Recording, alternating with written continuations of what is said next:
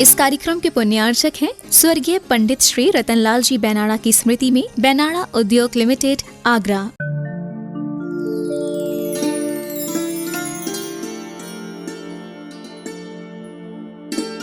कभी नहीं करता है दीनता की उपासना, जीवन सामग्री हेतु वह सिंह, जबकि स्वामी के पीछे पीछे पूंछ हिलाता श्वान फिरता है एक रोटी के लिए। और आगे, सिंह के गले में पट्टा बंध नहीं सकता है।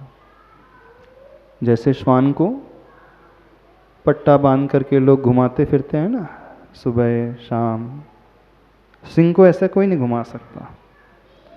किसी कारणवश बंधन को प्राप्त हुआ सिंह पिंजड़े में भी बिना पट्टा ही घूमता रहता है। सर्कस में देखा होगा आपने, अथवा जू में देखा होगा, वहाँ भी सिंह होते हैं लेकिन उनके गले में वहाँ पट्टा नहीं होता है।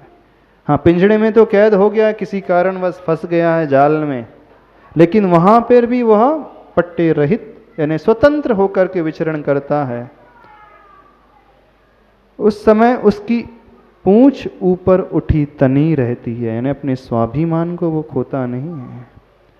अपनी स्वतंत्रता स्वाभिमान को कभी किसी भांति आंच आने नहीं देता वह, और श्वान स्वतंत्रता का मूल्य नहीं समझता। पराधीनता दीनता वह श्वान को चुभती नहीं कभी। श्वान के गले में जंजीर भी आभरण का रूप धारण करती है। वह सिंह कभी अपनी स्वतंत्रता स्वाधीनता को खोता नहीं है, लेकिन श्वान हमेशा पराधीन रहता है, और पराधीन रहते हुए उसे अच्छा लगने लगता। वह कभी बुरा फील नहीं करता कि देखो मैं बंधन में बंधा हूँ, उसको वही अच्छा लगने लगता है, उसी में रमने लगता है। लेकिन सिंह को कभी भी पराधीन होना अच्छा नहीं लगता। तो श्वान जो है कभी स्वाधीनता स्वतंत्रता का मूल्य नहीं समझता, और सिंह कभी परतंत्र होना चाहता नहीं है। यदि कथनचित परतंत्र भी हो गया तो उसके स्वाभिमान को सूचना देने वाली पूंछ तनी हुई रहती है, लेकिन श्वान को चुभती नहीं कभी वह पराधीनता दीनता। श्वान के गले में जंजीर भी आभरण का रूप धारण करती है। तो कुछ लोग ऐसी प्रवृत्ति वाले नेचर वाले होते हैं जिन्हें पराधीनता कभी चुभती ही नहीं। आप लोग परतंत्र हो, पराधीन हो कि स्वतंत्र हो? कितने लोगों को आप में से पराधीनता चुभती है, परतंत्रता चुभती है? हाँ? किससे आप परतंत्र हैं? मम्मी पापा से परतंत्रता नहीं है, वो तो स्वच्छंदता को रोकने के लिए मम्मी पापा का बहुत बड़ा उपकार है। यदि मम्मी पापा का वो उपकार ना हो तो आप स्वच्छंद हो जाओगे। बात स्वतंत्रता की जा रही है। स्वच्छंदता और स्वतंत्रता में बहुत अंतर होता है। स्वतंत्रता में वह स्वतंत्र आज़ाद रहता है, लेकिन स्वच्छंदता में वो जहाँ तहीं घूमते रहता है, मुंह मारते रहता है, उसे पता ही नहीं अच्छा बुरा पुण्य पाप क्या होता है, सही गलत की उसे पहचान ही नहीं होती, कुछ भी करने लगता है वो। तो माता पिता का बंधन जो है वह परतंत्रता वाला बंधन नहीं है। बच्चे स्वच्छंद ना हो जाए, गलत रास्ते पर कदम ना बढ़ाए, वो तो अच्छा बंधन है। एक बंधन वो होता है जो हमें निर्बंध दशा तक पहुंचाता है। गुरु का बंधन भी बंधन है, वैसे देखा जाए तो नहीं है बंधन। हम सब गुरु की आज्ञा में बंधे हैं तो उस दृष्टि से परतंत्र है, लेकिन यह परतंत्रता परतंत्रता नहीं मानी जाती है। यह बंधन बंधन नहीं माना जाता है। इसी बंधन के कारण व्यक्ति गुरु की आज्ञा पाल करके निर्बंध दशा को पाता है। लेकिन श्वान की परतंत्रता अलग प्रकार की, वह गुलामी है। तो कितने लोग ये फील करते हैं, महसूस करते हैं ये लोग गुलाम हैं? आप लोग गुलाम हो? नहीं हो?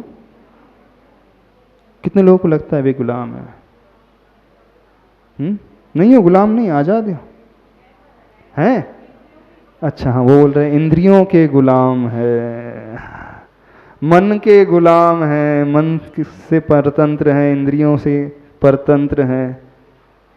और देखना विचित्रता, आपको ये लगता ही नहीं कि हम परतंत्र हैं।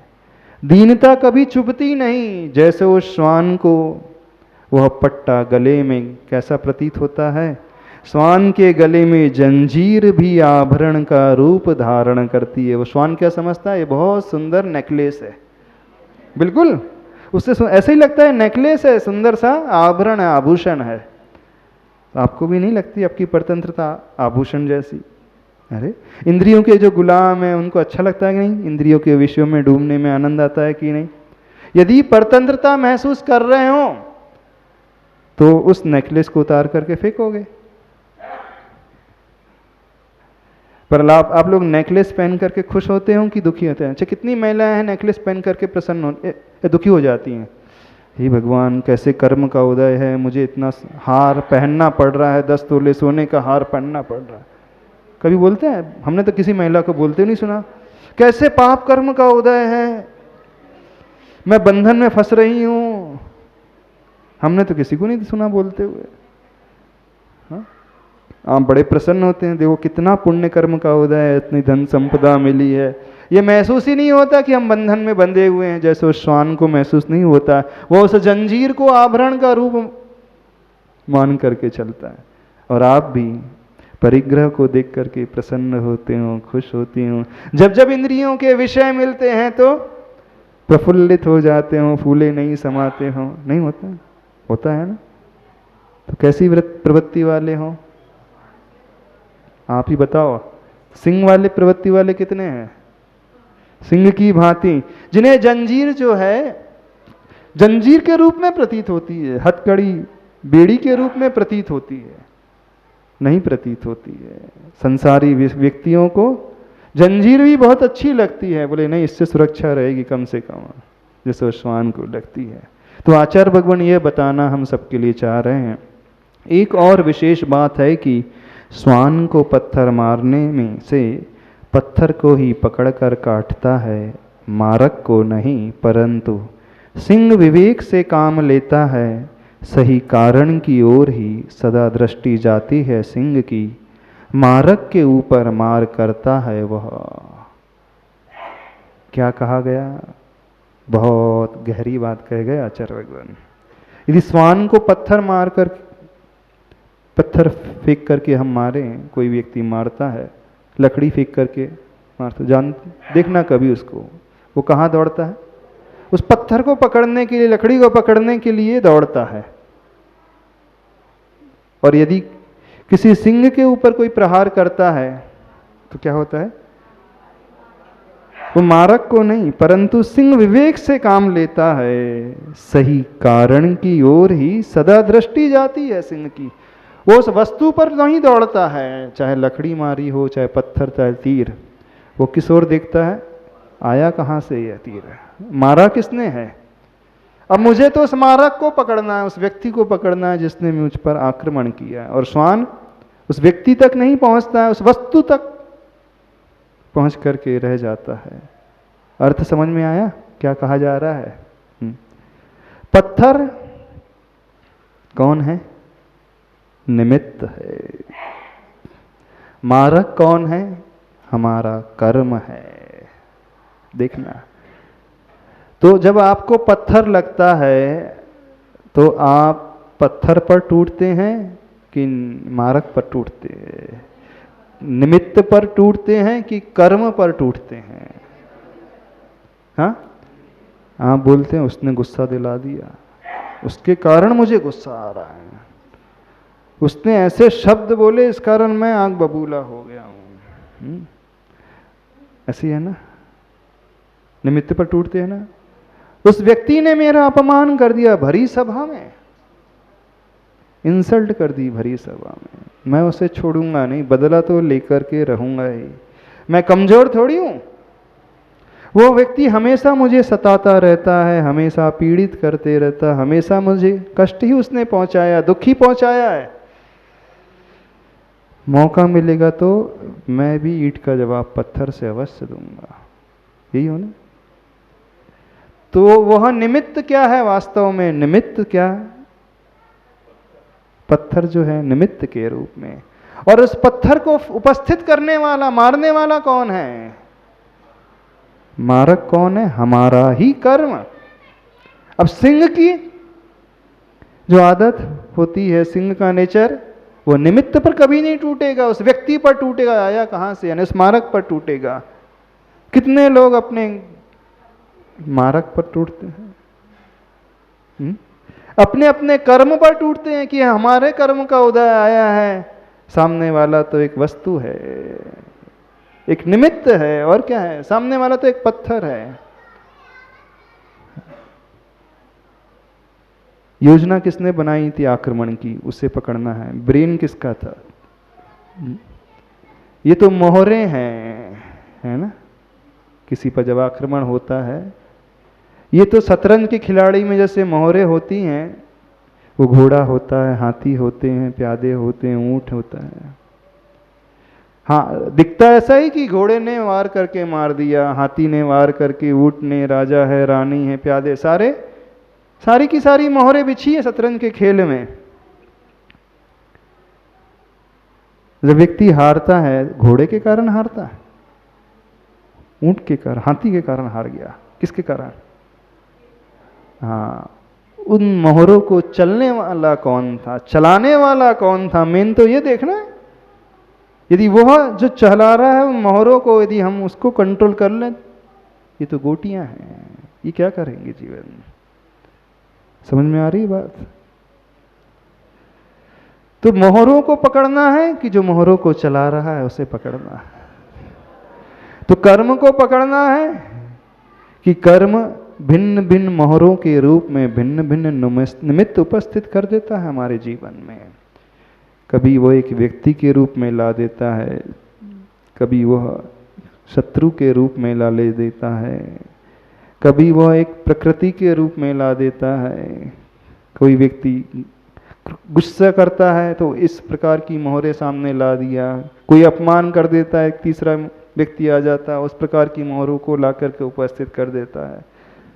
लेकिन संसार है, संसारी व्यक्ति हैं कि उन मोहरों को ही सब कुछ मान करके चल रहे हैं।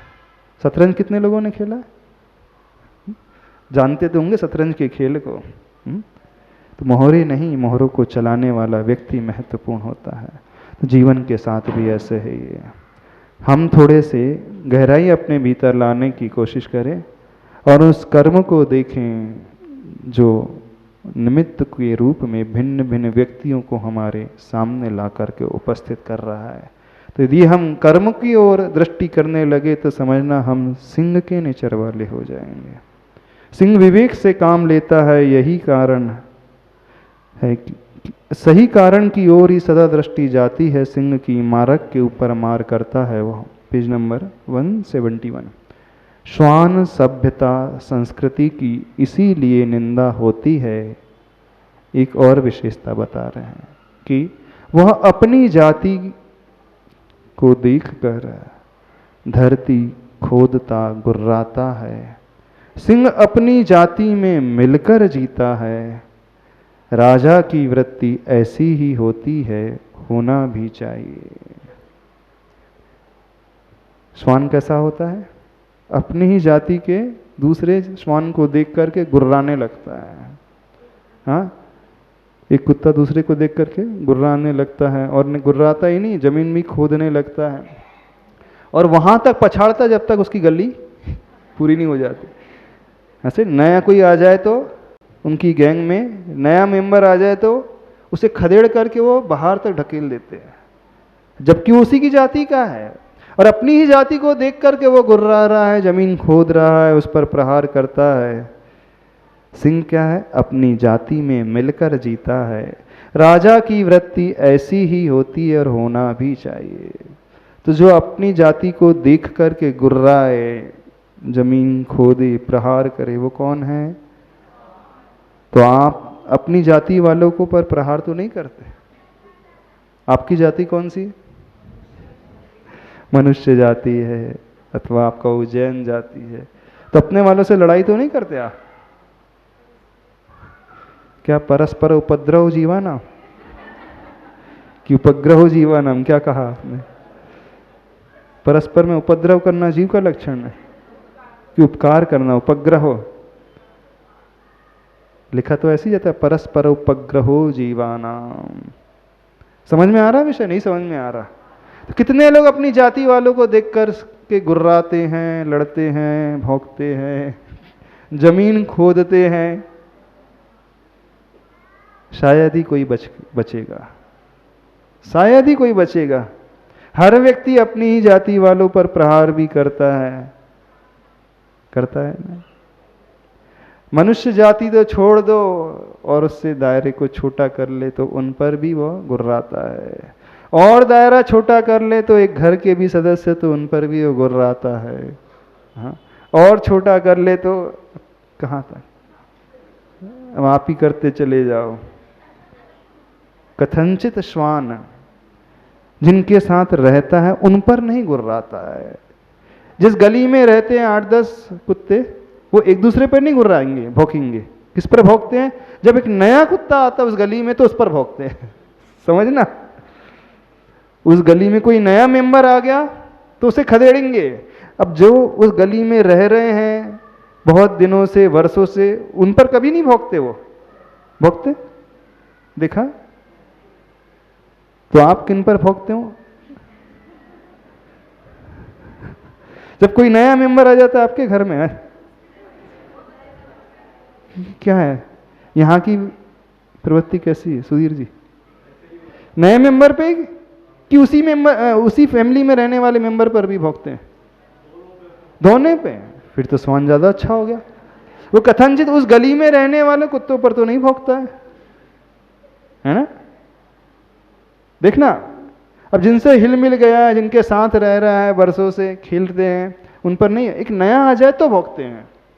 मनुष्य उससे भी गया बीता हो गया, वो अपनी जाति वालों पर ही और जिनके साथ रहता है उन पर भी गुर्राता है।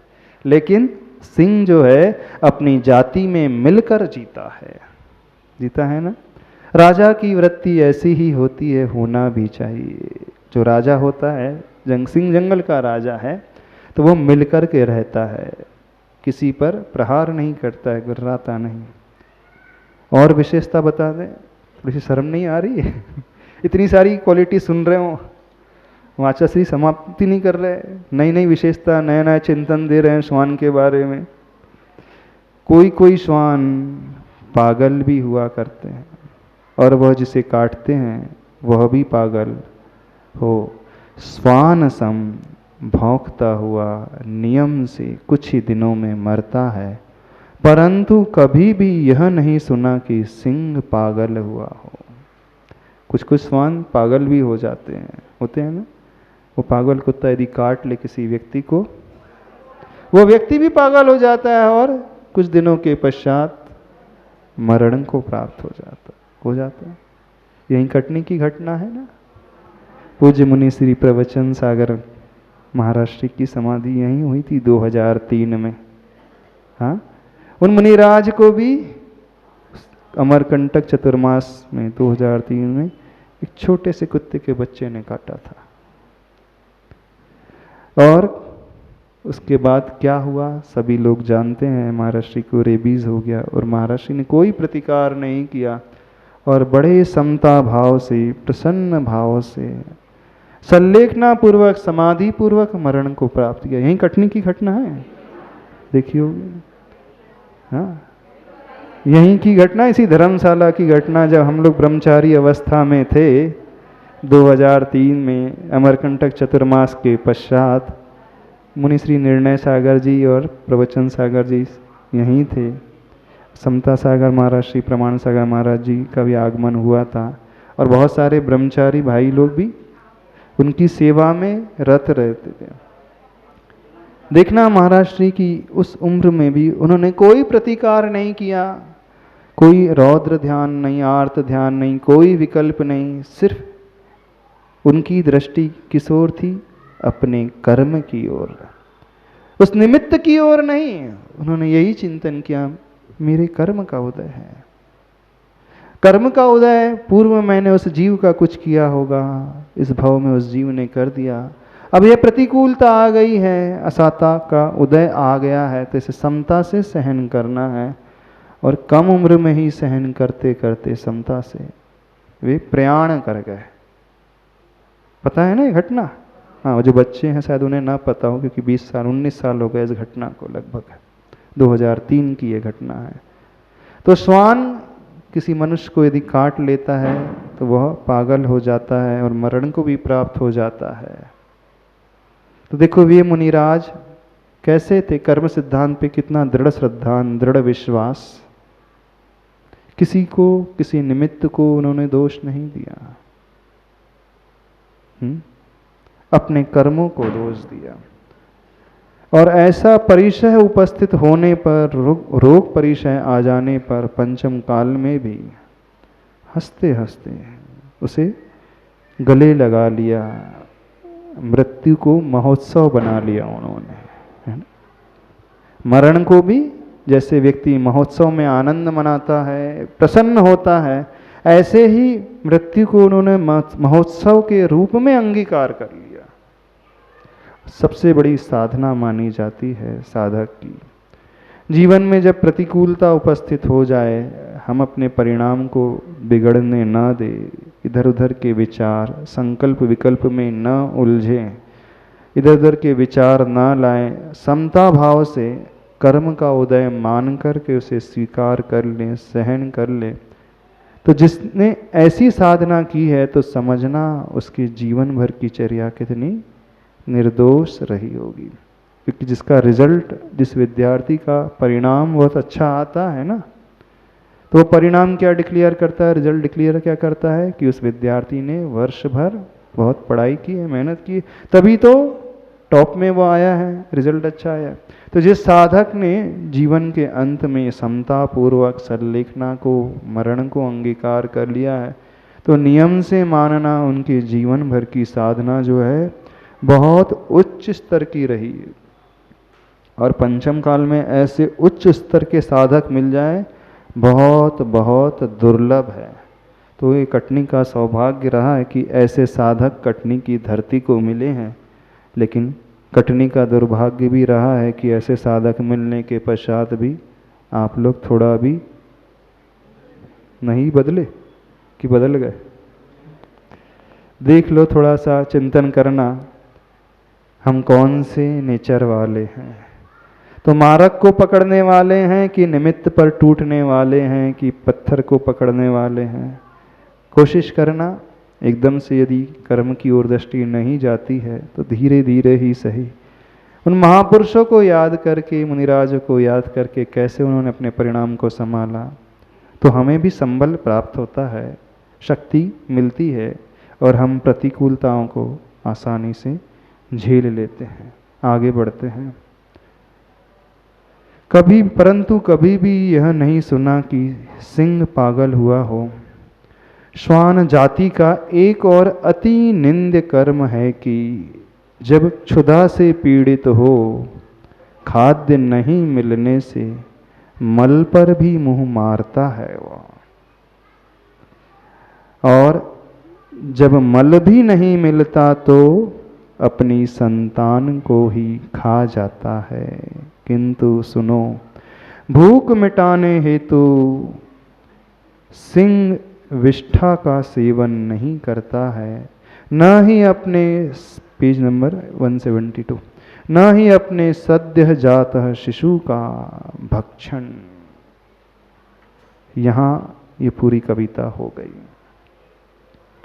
एक और विशेषता बता दी आचार्य भगवान ने श्वान की, भूख लगने पर जब कुछ नहीं मिलता है तो मल का भी वो भक्षण कर लेता है, और यदि मल भी ना मिले तो अपने ही शिशु को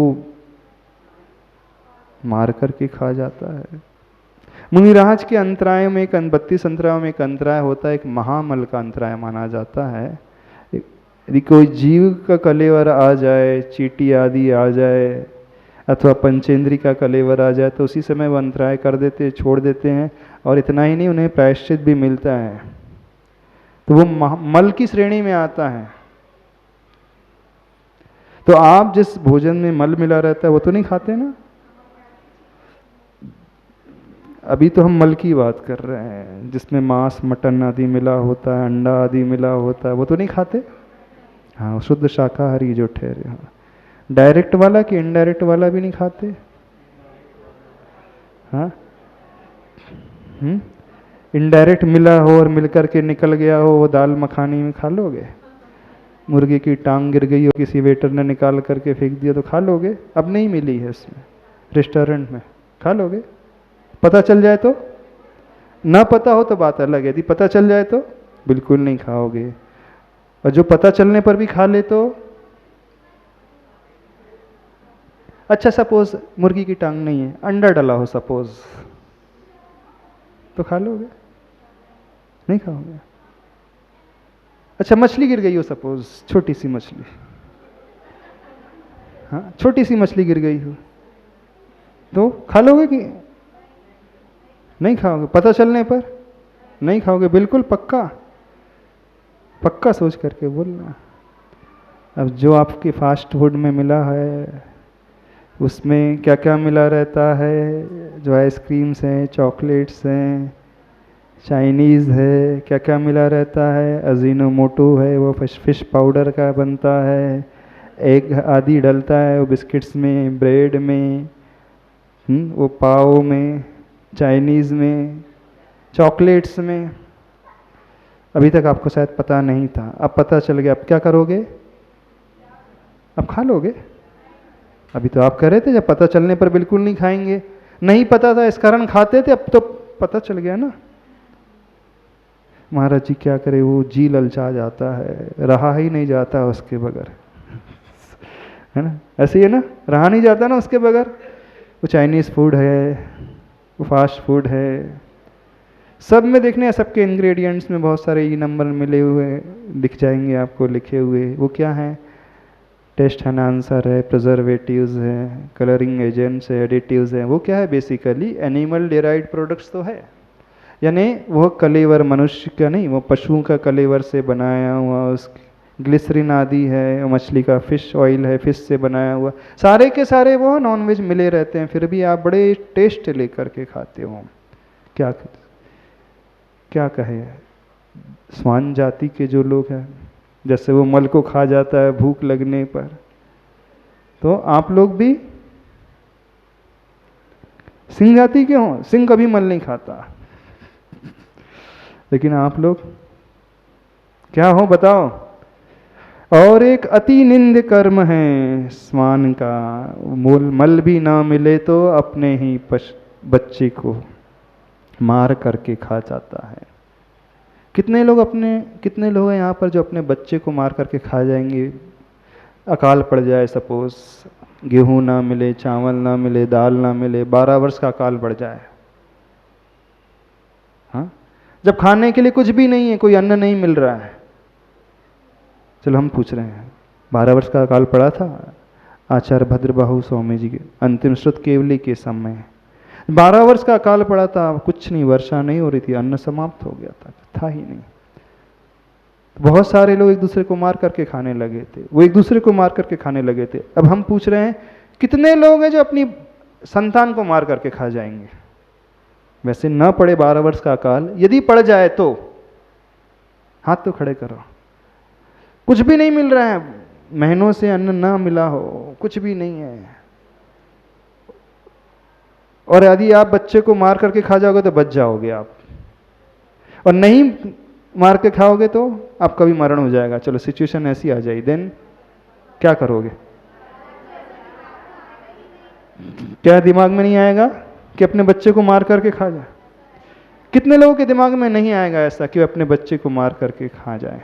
किसी के दिमाग में भी नहीं आएगा। पक्का नहीं खाओगे? यदि हम कहें हाँ, अच्छा माँ स्वयं को मार करके खिला देगी बच्चे के लिए। यदि ऐसी कंडीशन आ जाए कि दो हैं, एक माँ है और बेटा है अथवा बेटी है, तो माँ बेटे को खा जाएगी कि बेटा माँ को खा जाएगा? अथवा माँ स्वयं शहर से बोल देगी, बेटा अब कुछ नहीं बचा है, ऐसा कर, 4 संतान है, यदि मैं मरती हूं तो मर जाऊं लेकिन तुम चारों बच जाओगे, तो क्या करोगे? ऐसा कर लोगे ना? हो सकता है ऐसी माँ भी आ जाए कि अपने आप को अर्पण करके, हो सकता है ऐसी माँ बहुत सारी मिल जाएगी, मैं मर जाऊंगी तो मर जाऊंगी, कुछ चिंता नहीं, लेकिन तुम लोग जी जाओ, ऐसी माँ तो शायद मिल सकती है। अपने को खो करके बच्चों को बचाने वाली तो ढेर सारी मिल जाएगी ना, नहीं मिल जाएगी। पर हमें ऐसा नहीं लगता कोई माँ अथवा पिता हो जो अपनी भूख शांत करने के लिए, अपने को बचाने के लिए अपनी संतान को मार करके खाता हो। इस सभा में तो कोई नहीं है सुधीर जी, इतने क्रूर तो नहीं है यहाँ। जैन समाज के लोग इतने क्रूर हैं क्या? अन्य समाज की हम गारंटी नहीं ले सकते, क्योंकि चाइना में ऐसे भी लोग हैं जो ह्यूमन एम्ब्रियो को खाते हैं, मानव भ्रूण को खाते हैं फ्राई करके। जो एबॉर्ट बच्चे हो जाते हैं ना, 3-3, 4-4, 6-6 महीने के बच्चे, चाइना में बड़ी अच्छे से बड़े टेस्ट लेकर के खाते हैं। बिल्कुल फैक्ट है जो वो बता रहे हैं। लेकिन यहाँ पे तो ऐसे कोई नहीं होंगे ना, क्यों है कोई? बड़े चिंतन में आ गए, बड़े चिंतित मुद्रा में आ गए आप लोग। कोई किसी, अच्छा किसी ने खाया तो नहीं ना आज तक अपने बच्चे को? नहीं खाया। 12 वर्ष का कल पढ़ने पर भी नहीं खाओगे? अच्छा किसी ने अपने बच्चे को मारा तो नहीं?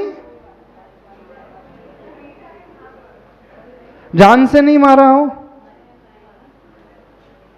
अब हम बोल रहे हैं आप तो उनसे भी ज्यादा क्रूर है, अपने ही गर्भ में आने वाले बच्चे को मार डालते हो। हम बता रहे हैं आप लोगों को, हाँ नहीं मारते हो अपने बच्चे को? एबॉर्शन करा ले तो क्या मतलब, अपने बच्चे को ही कैंची से, छुरी से वो डॉक्टर मारता है, आप उसे और फीस देते हो। हाँ कुछ भी दाग भी नजर नहीं आना चाहिए, थोड़ा सा हिस्सा भी नहीं रहना चाहिए। इस प्रकार से सफाई करना, थोड़ा सा भी नजर नहीं आना चाहिए। तो कितनी माँ है जिन्होंने अपने बच्चे को मारा ना हो? वो कुत्ता, वो कुतिया तो भूख के लिए मारती है। आप लोग, उसकी शरीर की पीड़ा है, भूख है, जी नहीं पा रहा है वो जीव, इस कारण मार करके खा रहा है। मनुष्य किस कारण मार रहा है? थोड़ा हमें बताना, किस कारण मारा है? जिन्होंने भी मारा है विषय सुख के लिए, दुनिया क्या कहेगी, अब गलती हो गई है, ऐसा है ना। अच्छा अब हमारे ऐशो आराम में कमी आ जाएगी। किस कारण मारा है? लोग क्या बोलेंगे, तीसरी संतान आ गई, आज के ज़माने में चौथी संतान आ गई, ये तीसरी लड़की थी चौथी क्यों आ गई? नहीं होता ऐसा? कई लोगों ने स्वयं मारा होगा, कई लोगों ने मरवाया होगा, कई लोगों ने अनुमोदना की होगी।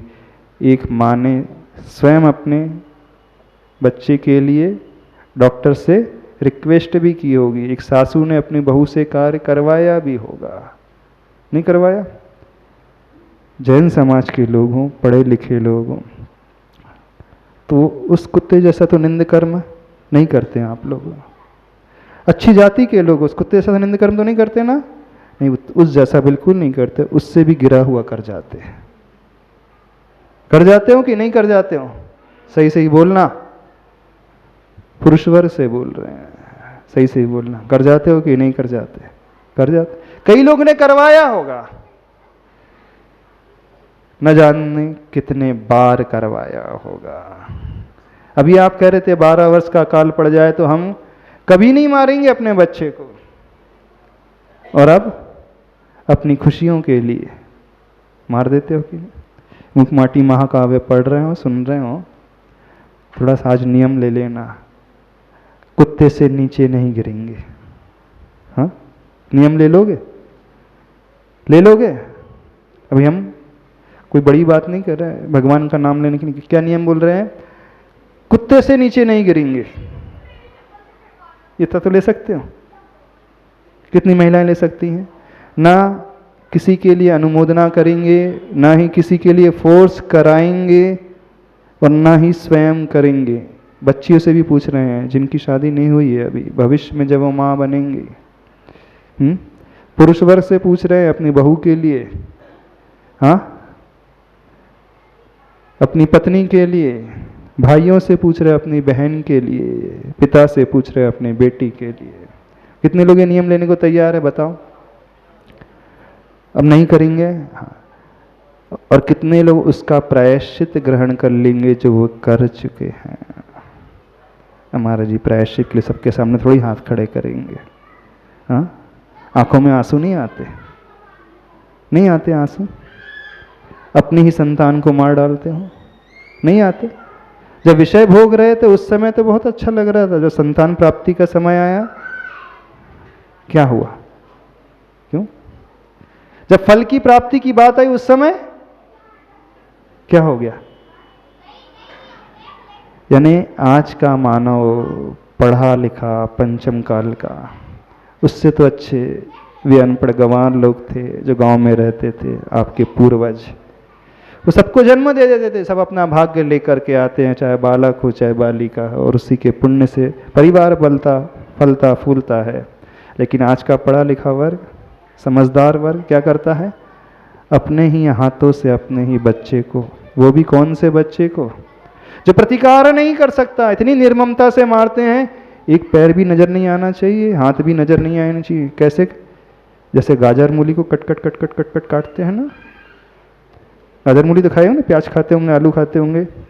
गाजर मूली को कैसे cut cut cut cut cut cut cut cut cut cut काट काटते हैं, ऐसे ही एबॉर्शन में cut cut cut cut cut cut cut cut काट करके वो हाथ की उंगलियां अलग दिखती हैं, पैर की उंगलियां निकल करके आ जाती हैं, जंघा अलग है, हाथ कटा हुआ अलग है, गर्दन अलग है, पेट अलग है।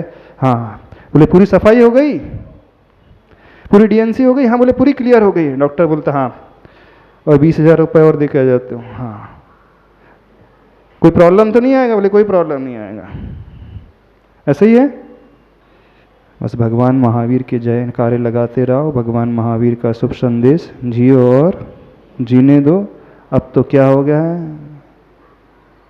क्या हो गया है?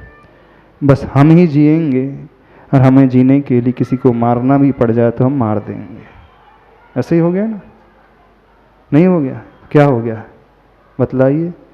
जू भी नहीं रेंग रही किसी के कानों में, किसी की आंखों में आंसू भी नहीं आ रहे अपने कृत्यों के प्रति, दुष्कृत्यों के प्रति, पाप के प्रति, हिंसा के प्रति, उस एबॉर्शन के प्रति, गर्भपात के प्रति। क्या करे? पंचम काल की महिमा है। समय हो गया, इतना ही कहना पर्याप्त समझते हैं। यदि मन में थोड़ी सी पीड़ा हो तो आंसू ला लेना, थोड़ा पाप धुल जाएगा, हल्का हो जाएगा। नहीं है तो पाप के बोझ को लेकर के जाओगे तो कहीं के नहीं रह जाओगे। नियम से ऐसा जीव नरक में जाकर के ही पैदा होगा, नियम है, क्योंकि उसने हिंसा दूसरों की नहीं अपनी ही संतान की है, और वो भी उस संतान की जो छोटी सी थी। अरे अब जब युद्ध होता है ना तो स्त्री पर प्रहार नहीं किया जाता है, बालक पर प्रहार नहीं किया जाता, छोड़ दिया जाता है। बालक को भी छोड़, बड़ा से बड़ा शत्रु भी है तो जो निशस्त्र होता है अथवा बालक होता है तो उसे भी छोड़ देता है। क्यों छोड़ देता है? क्योंकि इसके पास प्रतिकार करने के लिए कोई साधन ही नहीं है, अबोध है, अज्ञानी है, बेचारा है। और आप लोगों ने उस अबोध अज्ञानी बेचारे छोटे से बालक, जिसने अभी दुनिया ही नहीं देखी है और वो आपकी अपनी ही संतान थी, उसे बड़ी निर्ममता से कट कट कट कट करके मार दिया है। धिक्कारना अपने आप को, अपने पापों को। बोले आचार्य परमेष्टि गुरुदेव श्री विद्यासागर जी महाराज की।